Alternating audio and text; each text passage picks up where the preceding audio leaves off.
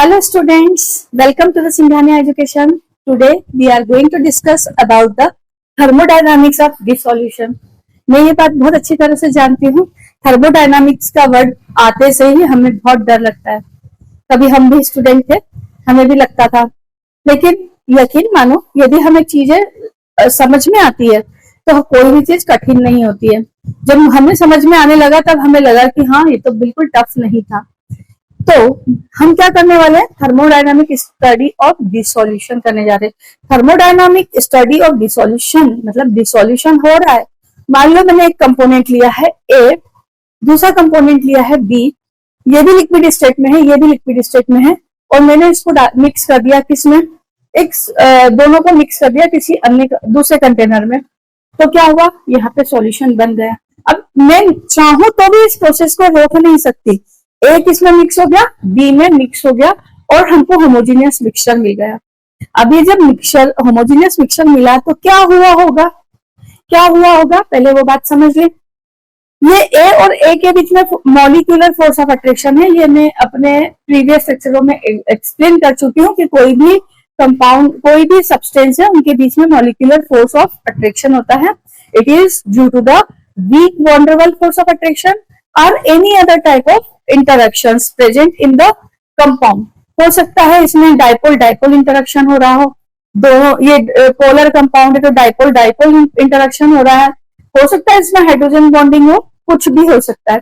तो यहाँ पे मॉलिक्यूलर फोर्स ऑफ अट्रैक्शन होता है, इसीलिए ये कंपाउंड क्या होते हैं, डिफरेंट डिफरेंट स्टेट में होते हैं। क्योंकि ये लिक्विड स्टेट में है तो इसमें molecular force of attraction moderate है।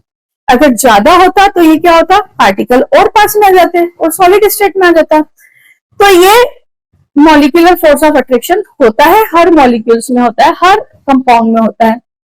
मैंने जब इसको इसमें डाला, इसको इसमें डाला, तो क्या हुआ, ये जो मॉलिक्यूलर फोर्स है ना, इन दोनों के बीच में ब्रेक डाउन हुआ होगा और फिर नया molecular force of attraction develop हुआ होगा और ए और बी के बीच में।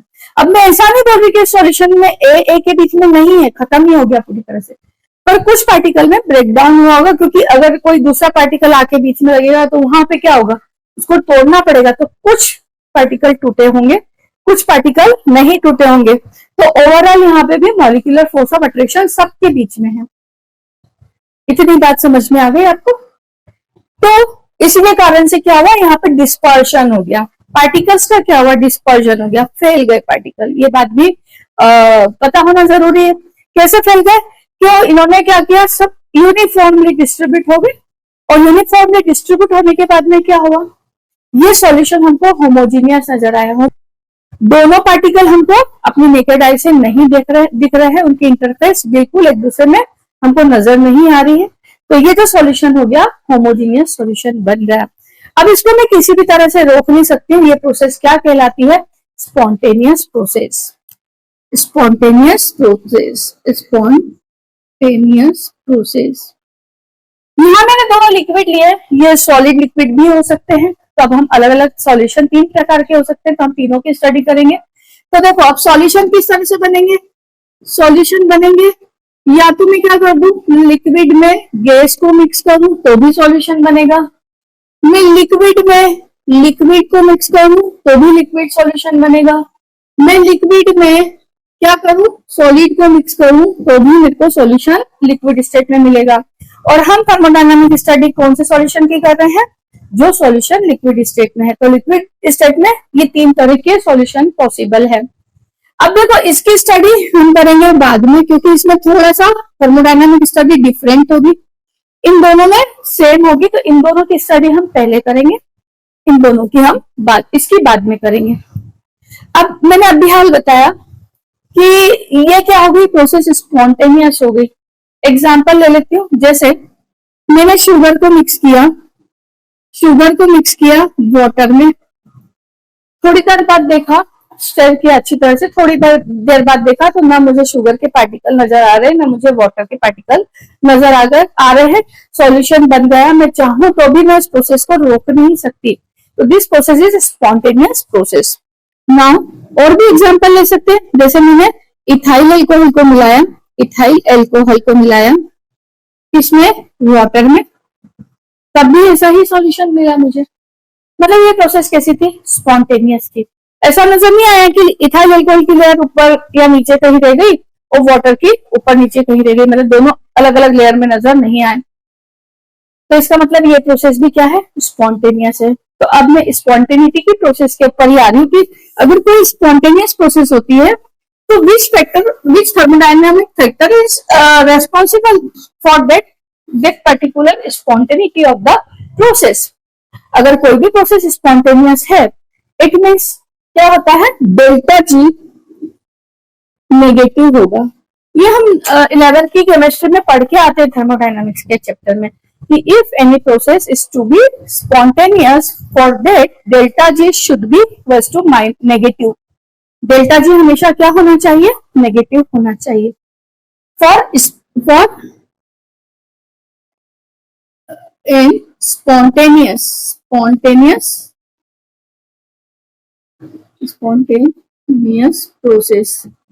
प्रोसेस क्यों लिया मैंने, प्रोसेस इसे लिया, रिएक्शन भी हो सकती है, उसमें कोई दूसरी प्रोसेस भी हो सकती है, boiling, whether it is freezing, any process आ सकती है, इसलिए मैंने इसमें प्रोसेस वर्ड लिया।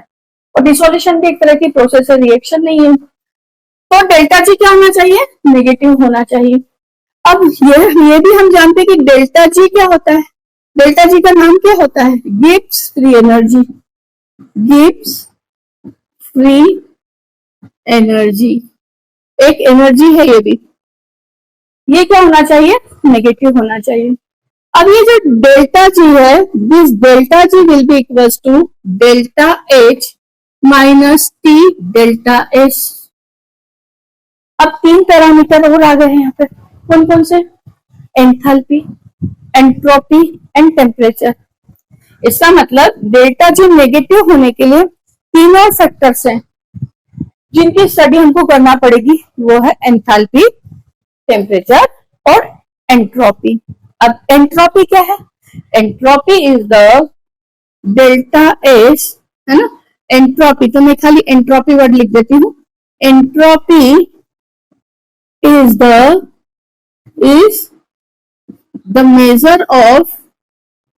measure of randomness।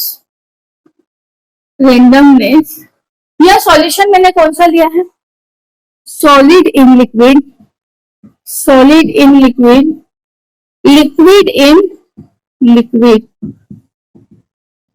जब सॉल्यूशन बन रहा है तो डिस्पर्शन ऑफ द मॉलिक्यूल हो रहा है। डिस्पर्शन होना मतलब क्या हो रहा है, रेंडमनेस का इंक्रीज होना।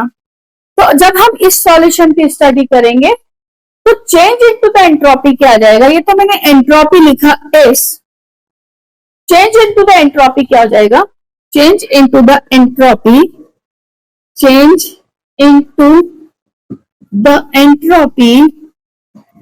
Entropy will be equals to positive. Right, solution बनने के बाद एंट्रोपी कम थी, सॉल्यूशन बनने के बाद में क्या हुआ, पार्टिकल डिस्पर्स हुए हैं तो उनकी एंट्रोपी क्या हुई है, इंक्रीज हुई है। तो यहाँ पे डेल्टा एस की वैल्यू क्या आएगी, पॉजिटिव आएगी।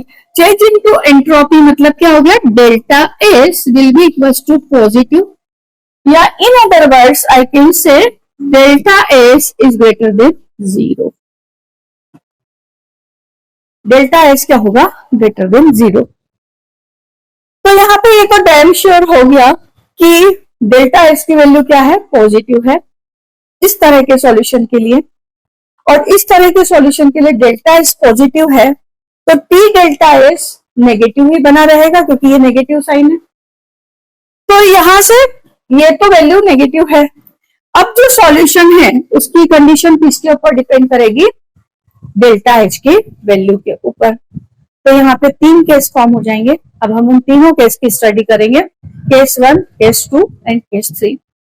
हम 1 बाय 1 तीनों केस स्टडी करते हैं। पहला केस क्या बनेगा, मैं यहाँ केसेस लिख देती हूँ। केस 1 क्या होगा,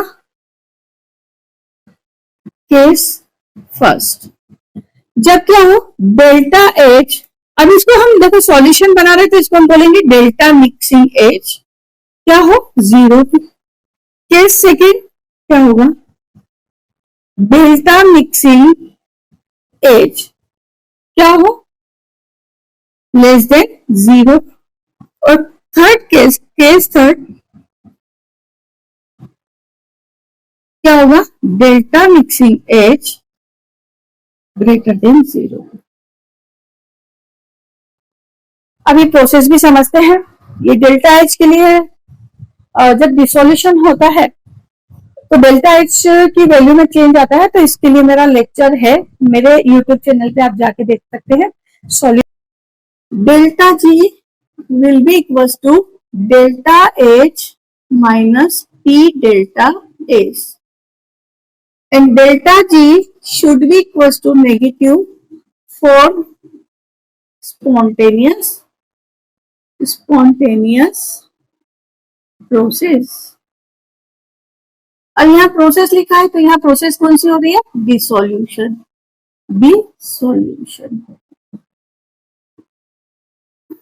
नाउ केस फर्स्ट क्या है, delta mixing H will be equals to 0. What happen when delta H mixing will be equals to 0? ये बात तो समझ में आ गई कि डेल्टा S क्या है, ग्रेटर देन 0 है, या दूसरे वर्ड में हम कह सकते हैं delta S will be equals to positive है। अगर देखो डेल्टा S पॉजिटिव है तो ये वाली टर्म तो नेगेटिव हो गई। अगर ये 0 है, enthalpy change into the enthalpy 0 है, डेल्टा G कितना हो जाएगा, delta G will be equal to 0 minus T delta S, और ये वैल्यू आ जाएगी negative. This implies that dissolution is spontaneous, मतलब डिसोल्यूशन होगा ही। नाउ केस सेकेंड की तरफ मूव करते हैं। केस सेकेंड क्या है, delta mixing H less than 0। अब डेल्टा H लेस देन 0 है, इसका मतलब क्या है, डिसोल्यूशन की प्रोसेस एक्सोथर्मिक है। Dissolution is exothermic. अब ये एक्सोथर्मिक है मतलब क्या हो रही है, एनर्जी रिलीज हो रही है, तभी डेल्टा मिक्सिंग H क्या होगा, लेस देन 0 होगा। अब इस समय पे देखो, यहां इस एक्सप्रेशन में फिर से देखते हैं, delta G will be equals to, ये लेस देन 0 है मतलब डेल्टा H क्या है, डेल्टा मिक्सिंग H है नेगेटिव, और माइनस T डेल्टा H भी क्या है, नेगेटिव है। दो नेगेटिव क्वांटिटी मिल करके क्या हो रही है, दो नेगेटिव, ये यहाँ पे नेगेटिव है, ये दोनों नेगेटिव का सम क्या आएगा, नेगेटिव आएगा। तो ये ओवरऑल क्या हो गई, नेगेटिव हो गई। इसका मतलब डेल्टा G क्या हो गया, नेगेटिव हो गया। तो ये प्रोसेस भी कैसी है, स्पॉन्टेनियस है। This dissolution is spontaneous. ये हम दो केस पढ़ चुके हैं, अब हम थर्ड केस की तरफ जा रहे हैं। तो अपने आप मैं लेक्चर दे रही हूँ, आप उनको नोट्स बनाओ। जो हम पढ़ते हैं, हम क्या करते हैं, बहुत सारी बुक्स में से स्टडी करते हैं और उसके बाद हमारी एक अंडरस्टैंडिंग डेवलप करते हैं और उसके बाद आपको लेक्चर प्रोवाइड करवाते हैं। तो ये चीज बहुत सारी बुक्स से ली हुई होती है जो कि आप एक बुक से पढ़ करके नहीं समझ सकते। तो आप अपने नोट्स बनाओ, वो जो नोट्स होंगे आपके बहुत हेल्पफुल होंगे आपकी स्टडी में।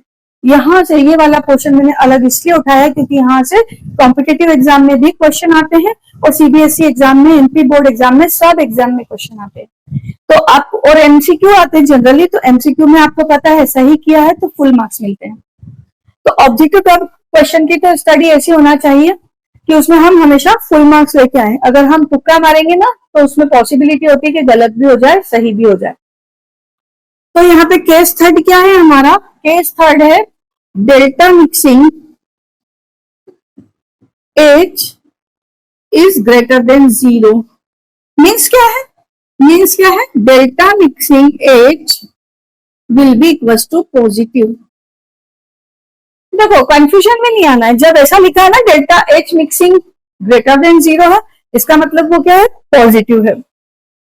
तो अब देखो यहाँ पे हम देखते हैं delta G, delta H, delta mixing H minus T delta H. Delta H तो ग्रेटर देन 0 के लिए ही पढ़ रहे हैं केस, पहले ही हमने डिसाइड कर लिया था कि हमारा डेल्टा एच क्या होगा, ग्रेटर देन 0 होगा। तो ये तो पक्का है कि ये क्वांटिटी नेगेटिव है। अब अगर ये क्वांटिटी नेगेटिव हो, इसके लिए ये क्या होना चाहिए, इससे छोटा होना चाहिए। इसको हम प्रूफ भी कर सकते हैं कि delta mixing H, T delta H दोनों मिलकर नेगेटिव कब होंगे, लेस देन 0 कब होगा, जबकि ये पूरी क्वांटिटी छोटी हो 0 से। अब देखो तो डेल्टा मिक्सिंग एज के साथ में क्या हो जाएगा, delta mixing H is less than T delta S. मतलब ये जो क्वांटिटी ना, ये भी एनर्जी है। Process should be, process is spontaneous, spontaneous. Otherwise क्या होगा, ये प्रोसेस होगी ही नहीं, क्योंकि अगर ये बड़ा हो गया, ये बड़ा हो गया और ये छोटा है तो आंसर पॉजिटिव हो जाएगा, तो ये प्रोसेस नहीं होगी। तो हम मूव करते हैं, अब हम मूव करते हैं हमारा एक और तरह का सॉल्यूशन जो कि मैंने छोड़ा था, solution of liquid, solution of gas into the liquid. उस सॉल्यूशन की हम डिस्कस करेंगे, तो हम वहां पे मूव करते हैं।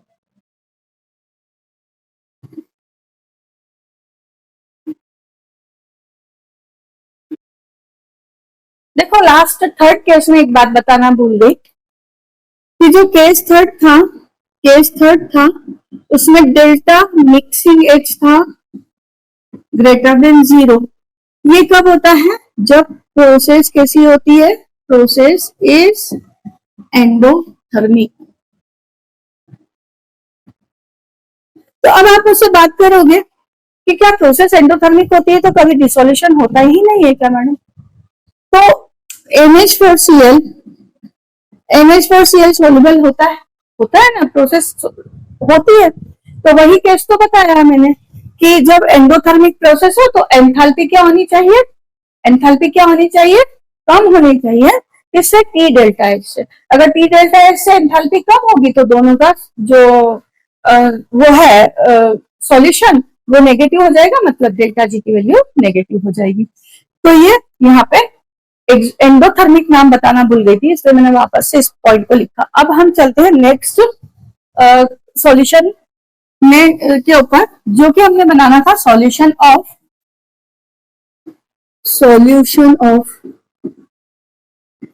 Gas in liquid. मैंने बोला था इसकी थर्मोडायनामिक स्टडी अलग से करनी पड़ेगी, क्योंकि इसके लिए डेल्टा एस क्या होगा, अलग तरीके से होगा।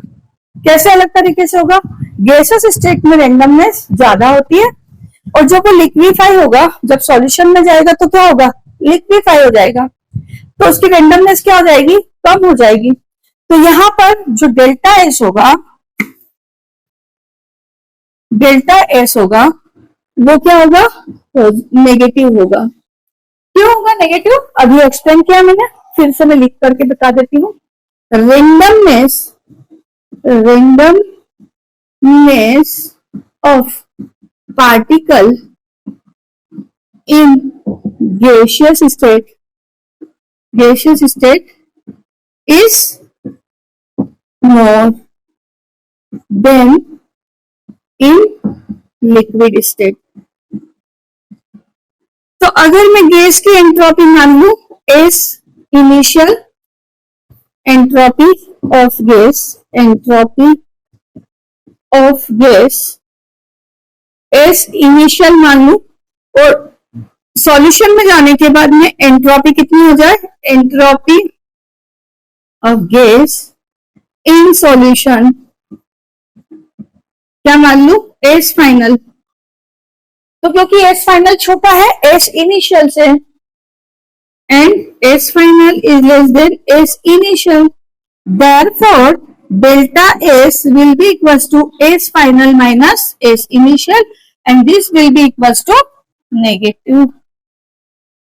अब क्योंकि ये नेगेटिव हो गया तो ये नेगेटिव और ये नेगेटिव मिलकर के पॉजिटिव हो जाएगा, इसलिए हमको ये समझना पड़ेगा कि ये कब सॉल्युबल होगी गैस, क्योंकि सॉल्यूशन तो बनता है लिक्विड में गैस का, तभी तो मरीन लाइफ सरवाइव करती है, अदरवाइज मरीन लाइफ सरवाइव कैसे करेगी, ऑक्सीजन मिलेगी ही नहीं, वाटर में डिजोल्व नहीं होगी, तो डिजोल्व होती है गैस, पर उसके लिए फिर कंडीशन क्या है।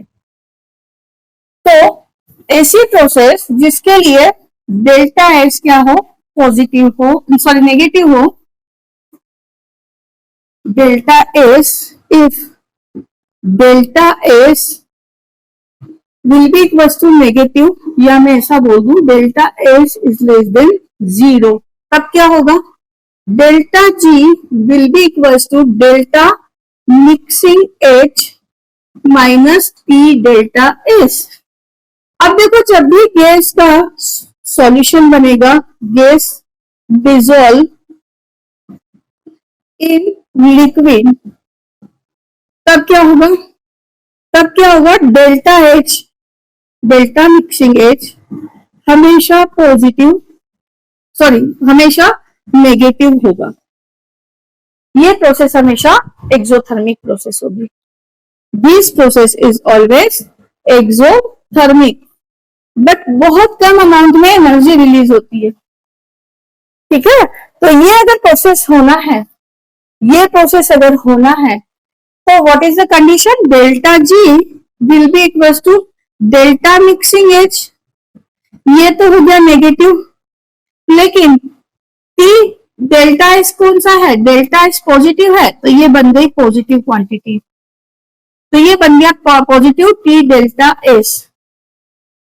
अब देखो ये प्रोसेस तभी संभव है जब हम टेम्परेचर को क्या करेंगे, लो रखेंगे। तो dissolution is possible, dissolution of a gas in liquid is possible only if, possible only and only if temperature is low। High temperature पे ये प्रोसेस होगी ही नहीं, क्योंकि हाई टेम्परेचर पे क्या होगा, लिख देती हूं,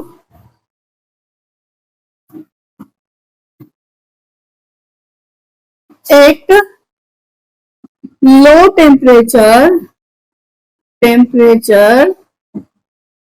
delta G will be equals to delta mixing H minus T delta S will be equals to negative। क्योंकि डेल्टा H मिक्सिंग क्या है, because delta H mixing negative है। बट हाई टेम्परेचर पे क्या होगा, at high temperature delta T delta S, temperature delta G will be equals to positive, ये positive हो जाएगा। Hence dissolution does not occur। ये पूरा थर्मोडायनामिक्स स्टडी थी सॉल्यूशन की। तो फाइनली आप हर क्वेश्चन के आंसर दे पाओगे अगर आपसे पूछा जाए कि कोई सॉल्यूशन बनेगा या नहीं बनेगा, कि ये सॉल्यूशन ये प्रोसेस डिसोल्यूशन की प्रोसेस स्पॉन्टेनियस है या नहीं है। अगर डेल्टा जी की वैल्यू 0 है तो क्या होगा, सॉल्यूशन इक्विलिब्रियम में रहेगा, किसके साथ में, सॉल्यूट के साथ में, सॉल्यूशन सॉल्यूट के साथ में इक्विलिब्रियम में रहेगा, सॉल्यूट और सॉल्वेंट के साथ में। तो ये आपको मैंने पूरी स्टडी सिखा दी है। अब हम नेक्स्ट लेक्चर में मिलेंगे, तब तक के लिए thank you for coming to the Singhania education. अच्छी पढ़ाई करते रहो, अच्छे नोट्स प्रिपेयर करो, आपको कभी भी केमिस्ट्री टफ नहीं लगेगी। Thank you for coming to the Singhania Education. Bye bye.